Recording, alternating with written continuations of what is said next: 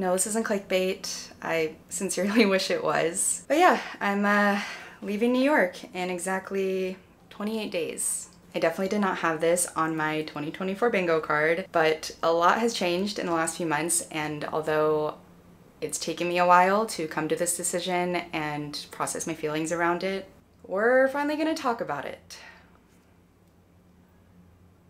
Some of you may have already seen my video from last December where I talked about getting laid off from my previous job. Albie, my fiance, he had just been laid off about 2 months prior, and our plan at the time was that I would pursue content creation full-time and he would look for a new full-time position. And look, I don't need anyone telling me how irresponsible of a decision that sounds like on paper. We did sit down together, look through our finances, see how much I was making from content, see how long it would probably take him to find a new job, look at our savings, and between all of that, we were pretty confident we would be able to survive through the next year of our lease. We're currently on a 2-year lease and it's supposed to end in May 2025. I know it's an incredible privilege and I'm very fortunate to have a partner I can fall back on. And in general, I've always just been a really big risk taker. And we decided together that this was the time for me to really bet on myself for the first time in my life. We were optimistic that the market would turn around this year, but if you know anything about hiring right now, it's rough out there, especially if you're in tech recruiting, which is what Albie does. And I have to say, I've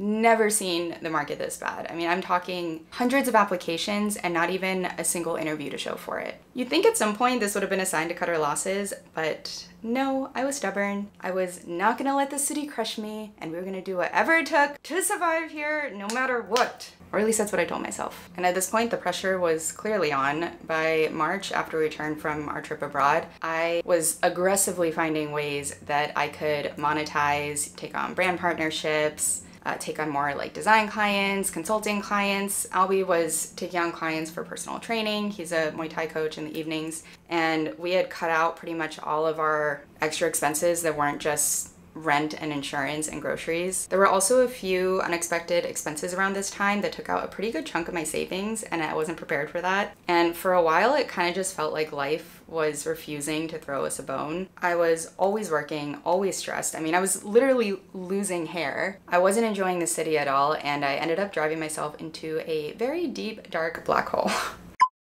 To be honest, I have struggled with depression on and off for most of my adult life, and I have never reached a state of burnout and apathy and just general hopelessness more quickly than I did. And then out of nowhere, I had to take a very unplanned trip back to California for 2 weeks. Don't worry, no one's hurt, everyone's fine. But it forced me to hit the brakes on all the work I was doing and everything I had planned and scheduled. And when I initially got home, I remember sitting in my childhood bedroom and just looking out the window at our suburban street and thinking how aimless and lost I would feel if I was ever forced to come back home at this stage in my life. But after that first week passed, I started to feel a little bit lighter after having been around, you know, like my friends and family, not having this pressure to like constantly be performing and succeeding all the time. And I think this was the first time I really sat down and admitted to myself just how unhappy I was.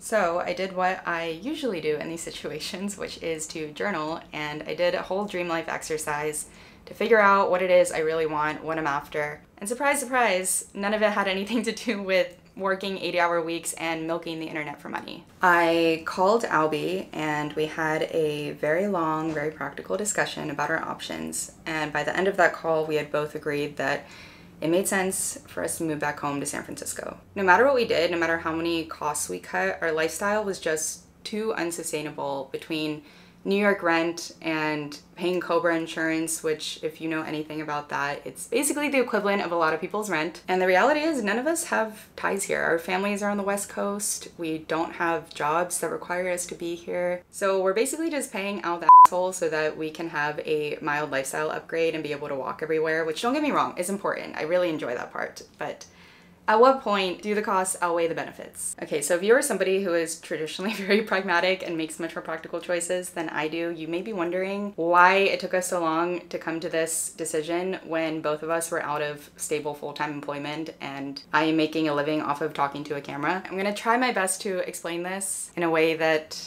does not make me sound like a spoiled brat. I've always considered myself to be a New Yorker ever since I was little. I remember I would come to the city on trips for a couple days or a week at a time, and every single time I landed here, I felt like I was coming home. I spent a lot of my childhood moving from different places and I never really felt like I belonged. This city just made me feel so accepted and calm and at peace, which I know sounds crazy because people associate it with chaos and hustle and all this stuff going on, but it felt like it was the home that I never had. And I held on to that feeling for a very, very long time. And that's why I spent most of my 20s figuring out ways to get here, and it took me longer than I would have liked it to, but I have held on to that identity for so long. I think a big part of this was that I spent a lot of my teens and 20s really absorbed into the whole girl boss era and toxic hustle culture. I mean, for the longest time, my dream was to be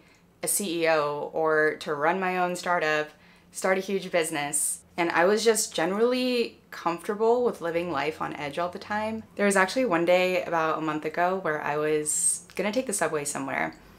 Went downstairs to the main platform, and the first thing I see is a man looking dazed, lost, and confused in the subway tracks. And my first thought as I looked at him was, I hope this doesn't delay the train. I kept walking down the platform and I see this one lady who doesn't speak English running around trying to get help. She's trying to figure out how to work the phone to call upstairs. And it took about a good 10 or 20 seconds for everything to slowly click into place in my mind. But I looked back at the woman, looked back at the guy in the tracks, and then finally came to my senses, ran upstairs, alerted an employee who alerted the police in the station.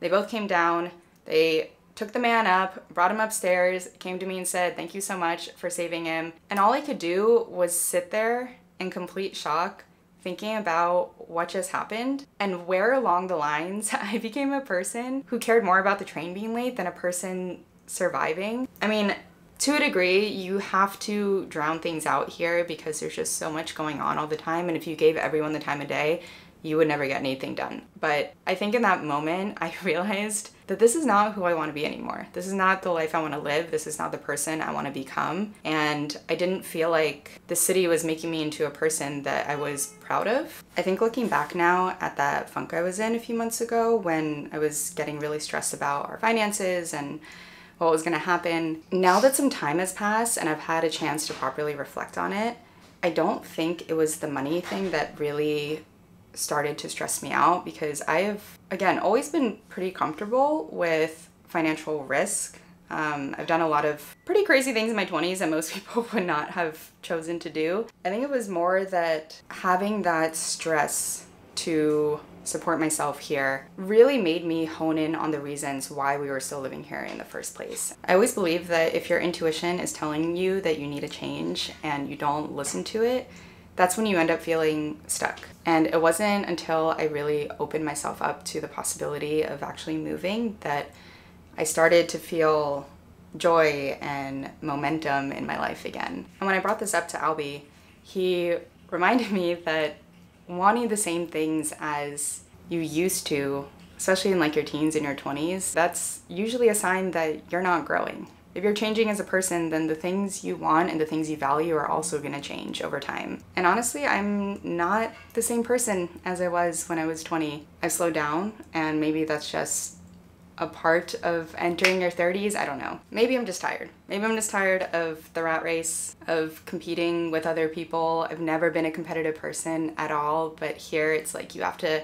compete over getting a new apartment, you have to wait in line for the best things, you're constantly shoving for space on the subway and on the sidewalk. Everyone's always social climbing and try to meet new people and expand their networks. And it's just constantly go, go, go. Have more, do better and better. I mean, this is probably the biggest reason why I left corporate in the first place. I just hated that constant competition where you're pitted against other people and you're fighting for promotions and you constantly have to prove how much better you are than the other person next to you. I just don't want to live life like it's a zero-sum game. And this also affects how I've been feeling about content creation as a whole and just the state of the internet, which that is a topic for a whole nother video, so don't worry, I will get to that in the future. And I think this is why it's been so hard for me to let go, because letting go of the city means letting go of the person that I thought I was and I thought I was going to be. And don't get me wrong, I still think this city is incredible. It's one of my favorite places in the world. I will always encourage people to come here if they really want it, but you have to really want it, because it's gonna take up